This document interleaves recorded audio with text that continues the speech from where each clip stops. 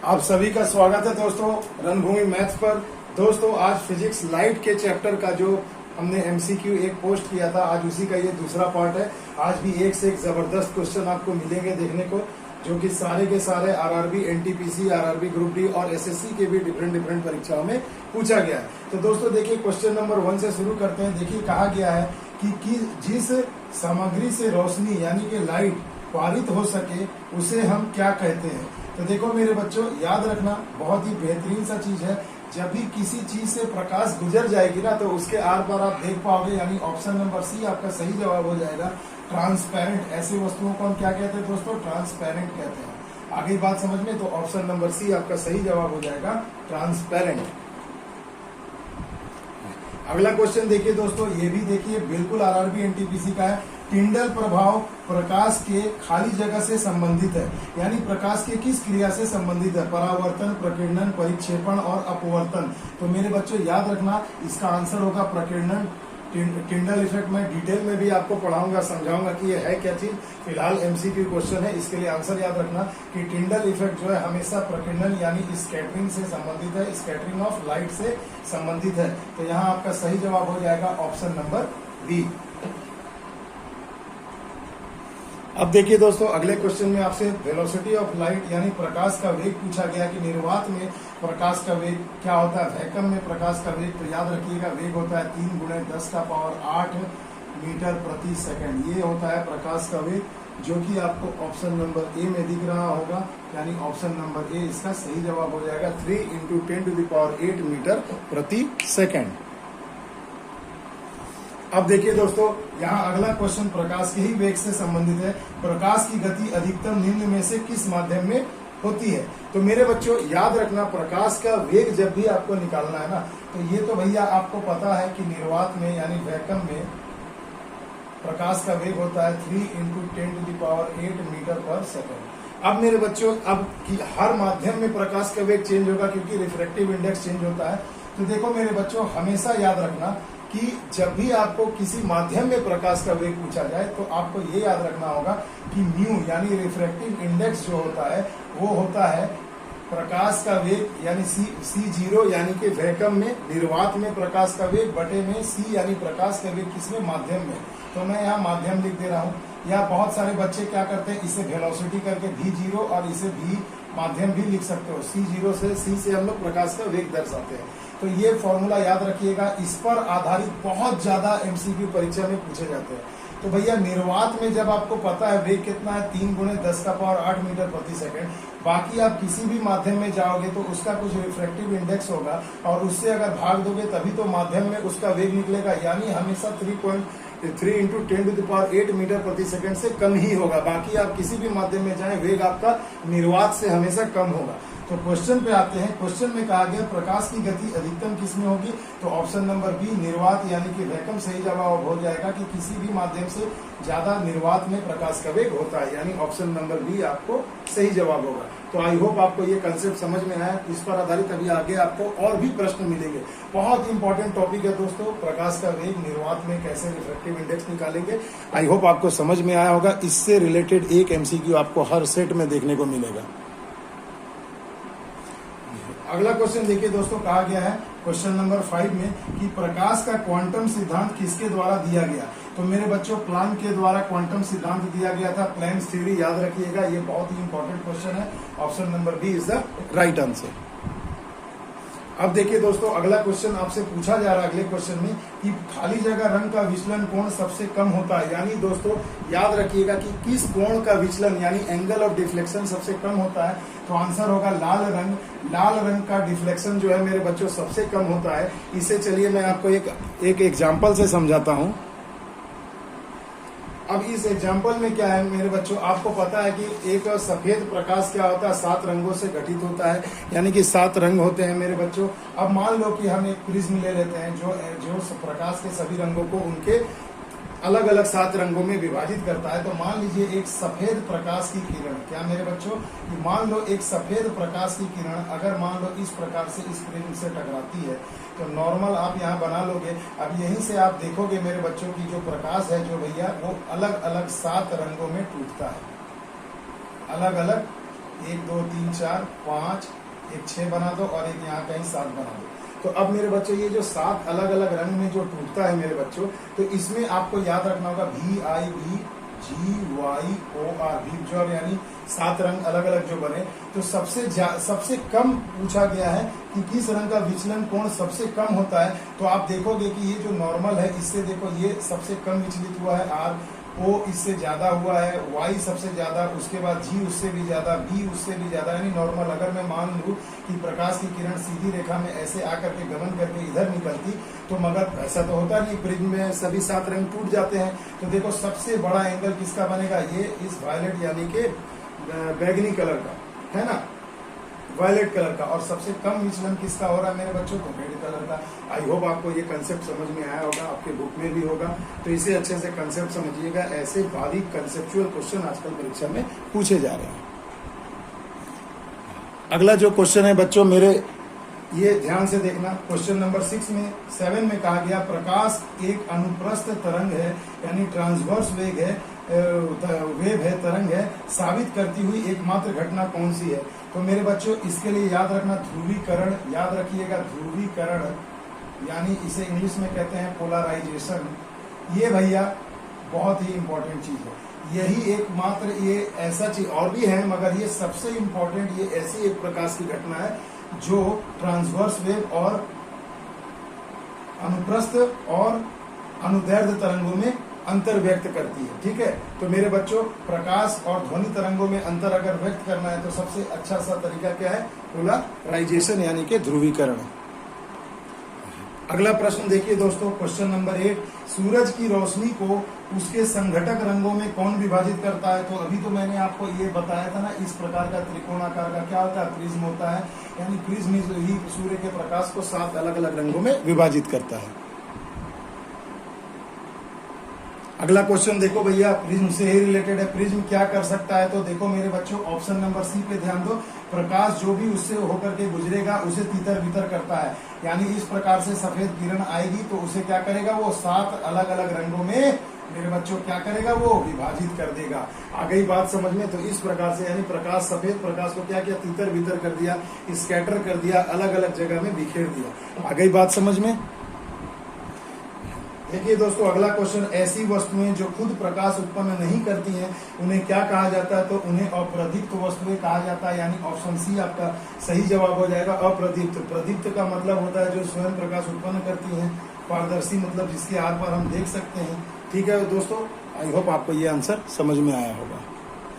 अभी देखो दोस्तों अगला क्वेश्चन, मैंने आपसे कहा था ना कि प्रकाश के वेग से संबंधित बहुत इंपॉर्टेंट क्वेश्चन परीक्षा में पूछे जाते हैं।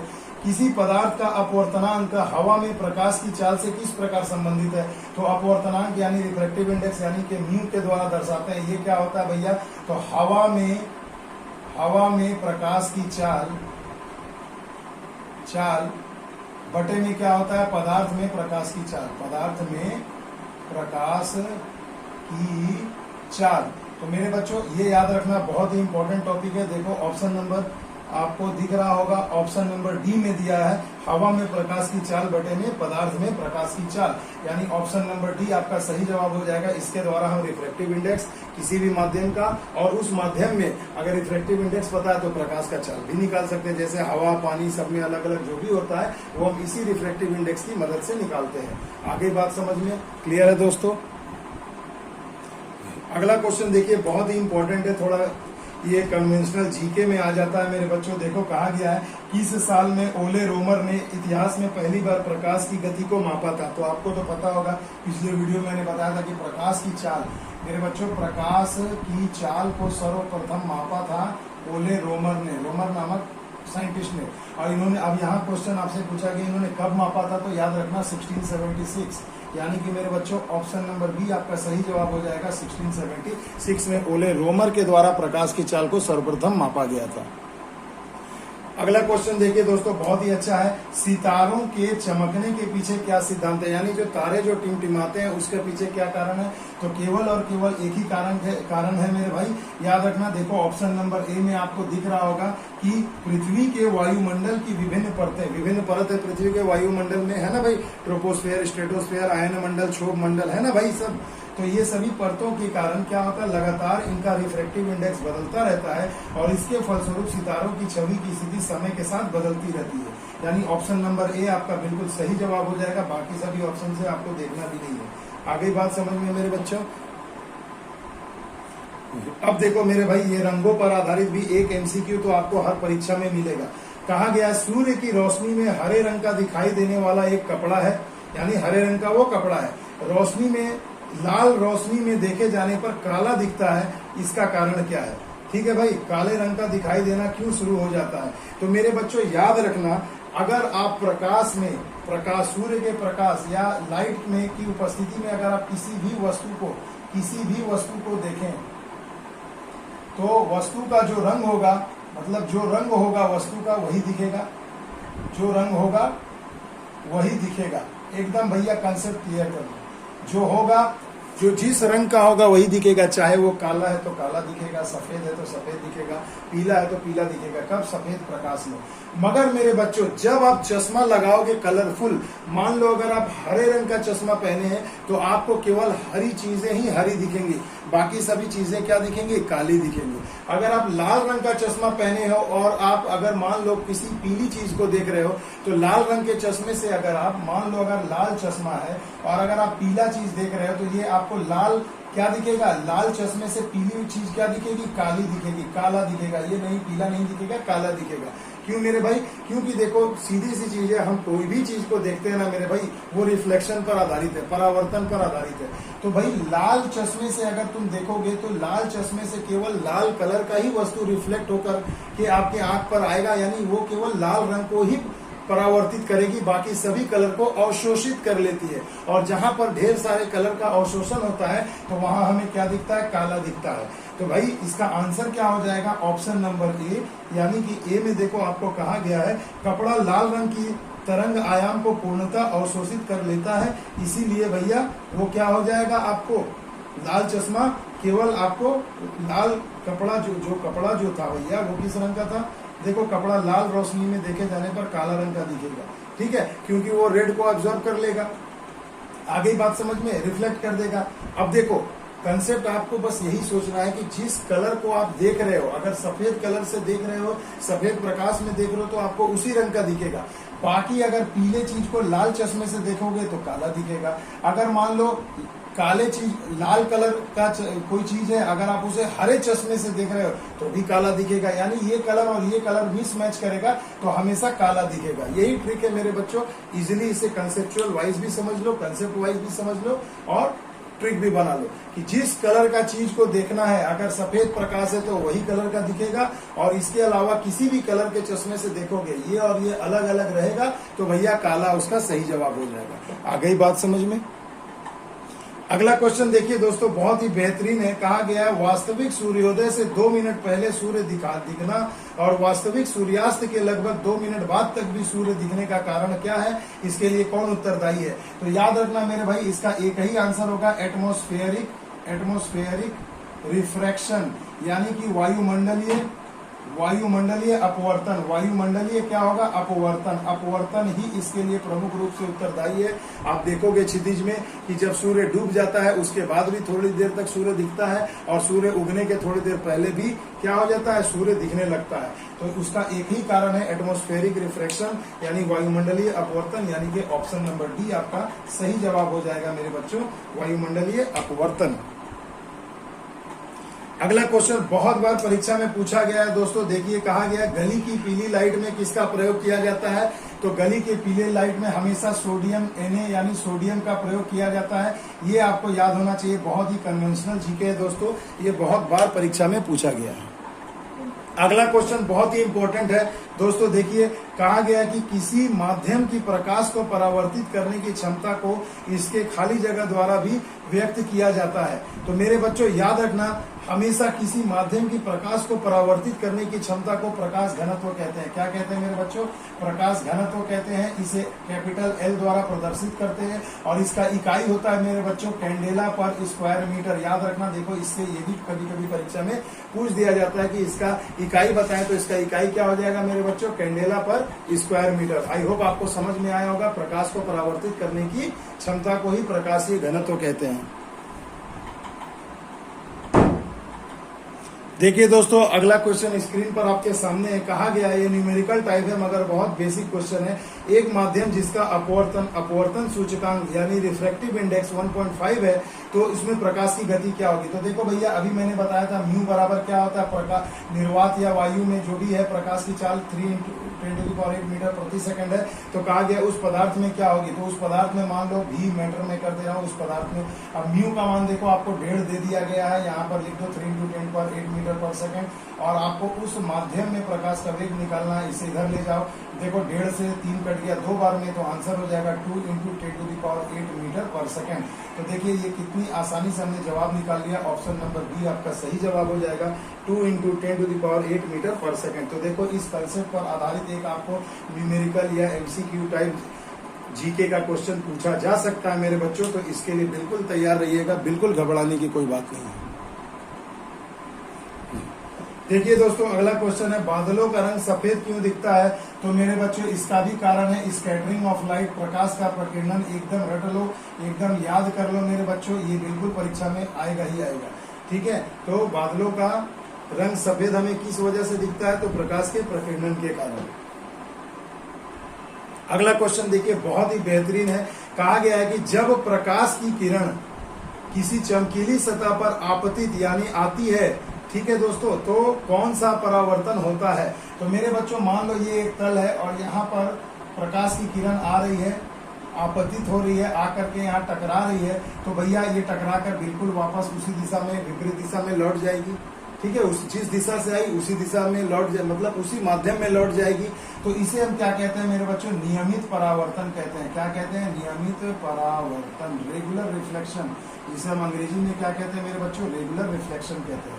तो देखिए ये इस टाइप के कंसेप्चुअल क्वेश्चन आपको बिल्कुल परीक्षा में देखने को मिलेंगे। आई होप आपको समझ में आ गया होगा।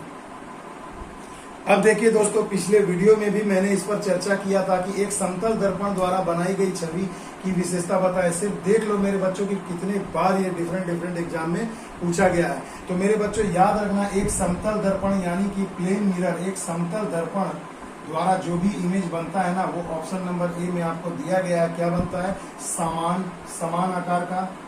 ठीक है, समान आकार का बनता है, सीधा बनता है, लेटरली इन्वर्टेड बनता है, यानी लेटरल इन्वर्जन होता है, यानी दाएं का बायां और बाएं का दायां होता है। और उल्टा नहीं, उल्टा मतलब सिर नीचे पैर ऊपर, तो ऐसा तो मिरर में नहीं होता है।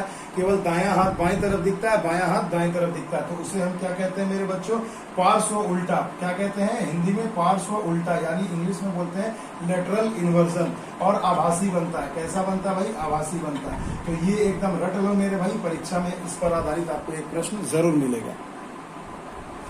अब देखिए दोस्तों, ये लेंस से संबंधित एक क्वेश्चन है, जिस बिंदु पर सभी किरणें मिलती हैं उसको क्या कहते हैं। तो देखो भैया सीधे सा बात है, उसे क्या कहते हैं, फोकस कहते हैं। फोकस का मतलब होता है ना केंद्रित करना। तो मान लो जिस बिंदु पर प्रकाश की सभी किरणें आकर मिलती हैं, तो उसे हम क्या कहते हैं, फोकस कहते हैं। इसे स्मॉल एफ के द्वारा भी दर्शाया जाता है। प्रकाश चैप्टर का बहुत ही इंपॉर्टेंट टॉपिक है, इसे अच्छे से समझ लेना। अगला बहुत ही इंपॉर्टेंट क्वेश्चन है दोस्तों, ये परीक्षा के पॉइंट ऑफ व्यू से, और पिछले बार इस पर ये एमसीक्यू भी पूछा गया था, और एक छोटा एक लाइन का न्यूमेरिकल प्रॉब्लम भी पूछा गया था। क्या है दोस्तों, देखिए एक दर्पण के वक्रता की फोकल लंबाई और त्रिज्या के बीच का संबंध क्या है, यानी वक्रता, त्रिज्या और फोकस के बीच में क्या संबंध है। तो आप कहोगे कैपिटल R = 2 × F होता है। R यानी कि हो गया ये वक्रता त्रिज्या हो जाएगा, और F यानी कि फोकल लंबाई यानी फोकल लेंथ, फोकल लंबाई या फोकल लेंथ। तो मेरे बच्चों याद रखना, हमेशा फोकल लेंथ का 2 गुना होता है वक्रता त्रिज्या। अब आपको परीक्षा में इस पर न्यूमेरिकल कैसे पूछा जाएगा, कि आपको बोल दिया जाएगा कि एक लेंस है जिसका वक्रता त्रिज्या आपको दे दिया जाएगा कि 15 सेंटीमीटर, फोकल लेंथ है 15 सेंटीमीटर, यानी F दे दिया जाएगा। तो कहा जाएगा कि R का मान बताएं।